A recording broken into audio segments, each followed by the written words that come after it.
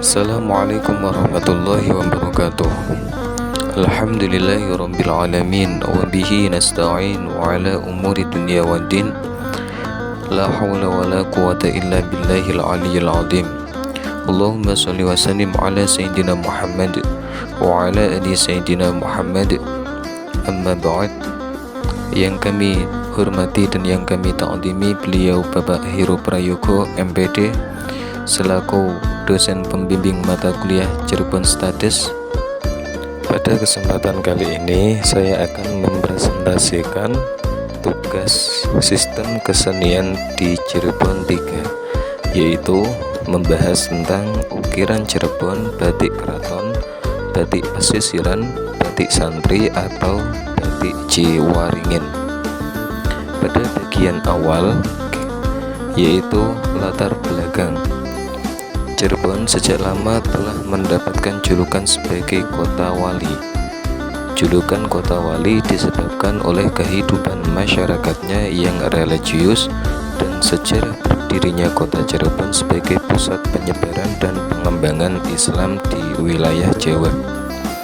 Pada sekitar abad ke-16 yang dirintis oleh Pangeran Cakrabuana, pengembangan oleh Sunan Gunung Jati yang merupakan salah satu tokoh wali Songo yang bermukim di Cirebon.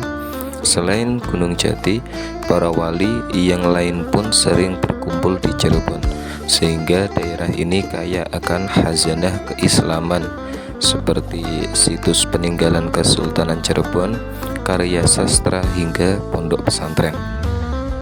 Pada pembahasan yang pertama yaitu ukiran kayu Cirebon. Seni ukir kayu Cirebon yang terdapat di Keraton Kasepuhan dan Kanoman ada pengaruhnya dari Hindu, Tiongkok, dan pengaruh dari Islam. Seni kayu ukir Cirebon diciptakan mempunyai arti simbolik dan juga mempunyai rasa keindahan dalam hiasannya. Seni ukir Cirebon perlu dipelajari, dikembangkan dari generasi ke generasi, baik dari segi bahan, desain, teknik pembuatannya maupun segi hiasannya. Ukir kayu Cirebon itu punya keunikan yang tidak dimiliki oleh ukir kayu di daerah lain. Setiap motif kayu Cirebon mengandung makna filosofis yang dalam. Misalnya motif ukiran godhong kluwen yang artinya wong urip ojo keluwen atau orang hidup jangan berlebihan. Ciri khusus pada motif ukir Cirebon diantaranya adalah yang pertama terdapat motif awan dan batu karang, dan juga yang kedua angkupnya tanpa tangkai dan tanpa ulir pada bagian ujung. Adapun motif ukir Cirebon mempunyai keunikan tersendiri karena motif ini merupakan kombinasi dari motif tumbuhan, awan, dan batu karang. Adanya motif awan dan batu karang merupakan pengaruh dari Cina, sedangkan motif daun merupakan stilasi daun pakis. Unsur-unsur yang terdapat pada motif Cirebon terdiri dari yang pertama daun pokok. Daun pokok motif Cirebon berbentuk relung mirip dengan daun pokok motif Pejajaran. Yang nomor dua yaitu angkup. Bentuk angkup pada motif ukir Cirebon ujungnya tanpa ulir dan tanpa tangkai yang panjang. Yang nomor tiga terubusan. Terubusan di motif ukir Cirebon dibuat seperti bentuk daun pokoknya dengan ukuran yang lebih kecil. Yang nomor empat yaitu benangan dan pecahan. Benangan dan pecahan pada motif ukir Cirebon memiliki fungsi seperti pada motif ukir yang lain, yaitu sebagai pemanis ukiran. Pembahasan nomor 2 yaitu batik keraton Cirebon.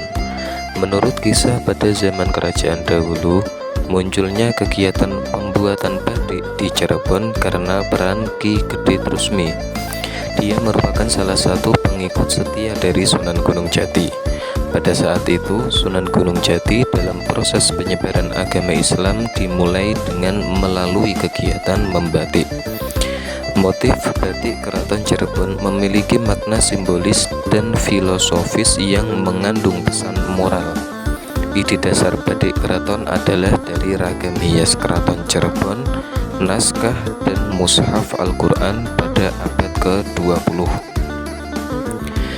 Batik keraton Cirebon memiliki ciri khas berupa pola yang baku, bermakna religius dan memiliki nilai simbolis.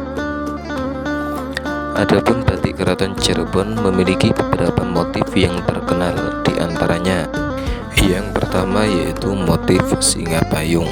Motif ini juga dikenal sebagai batik singa berong yang terinspirasi oleh keraton Kanoman.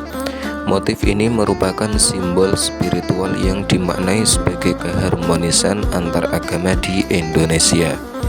Yang kedua yaitu Megamendung. Motif ini berbentuk gumpalan-gumpalan awan putih yang mengumpul. Motif ini bermakna kehidupan dunia atas atau bisa bermakna kebebasan. Yang nomor tiga yaitu motif Paksi Nagaliman. Motif ini merupakan ragam hias khas keraton Kanoman. Yang nomor empat motif Bintulu. Motif ini merupakan ragam hias khas keraton Kacirebonan. Yang terakhir motif Dalung. Motif ini merupakan ragam hias khas Peguron Kaprabonan. Adapun batik keraton mulai bebas dipakai oleh kalangan biasa tanpa batasan ataupun larangan. Pada penggunaan jenis motif tertentu, ini diperkuat dengan semakin kentalnya nilai religius, khususnya Islam dalam masyarakat, di mana dalam Islam tidak dikenal pembedaan kelas di dalam masyarakat. Warisan batik keraton Cirebon ini sampai ini masih diproduksi secara turun-temurun, dan untuk batik Cirebon ini satu-satunya daerah yang dikenal sebagai sentra batik adalah daerah Trusmi.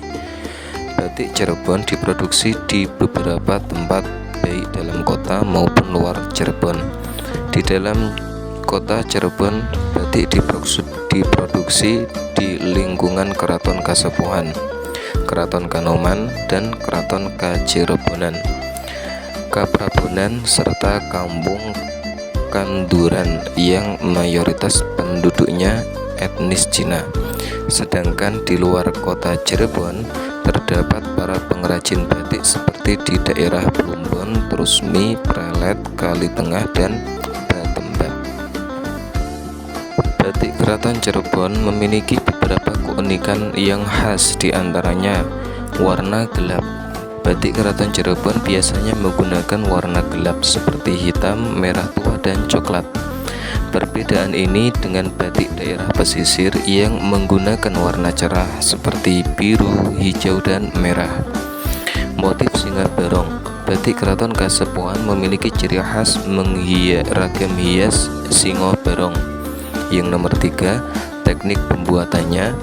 Batik Cirebon memiliki teknik pembuatan yang khas, yaitu dengan membuat garis tipis-tipis atau garis kontur pola pada kain yang akan dibatik. Garis ini memiliki warna yang lebih tua dibanding warna kain yang akan dibatik.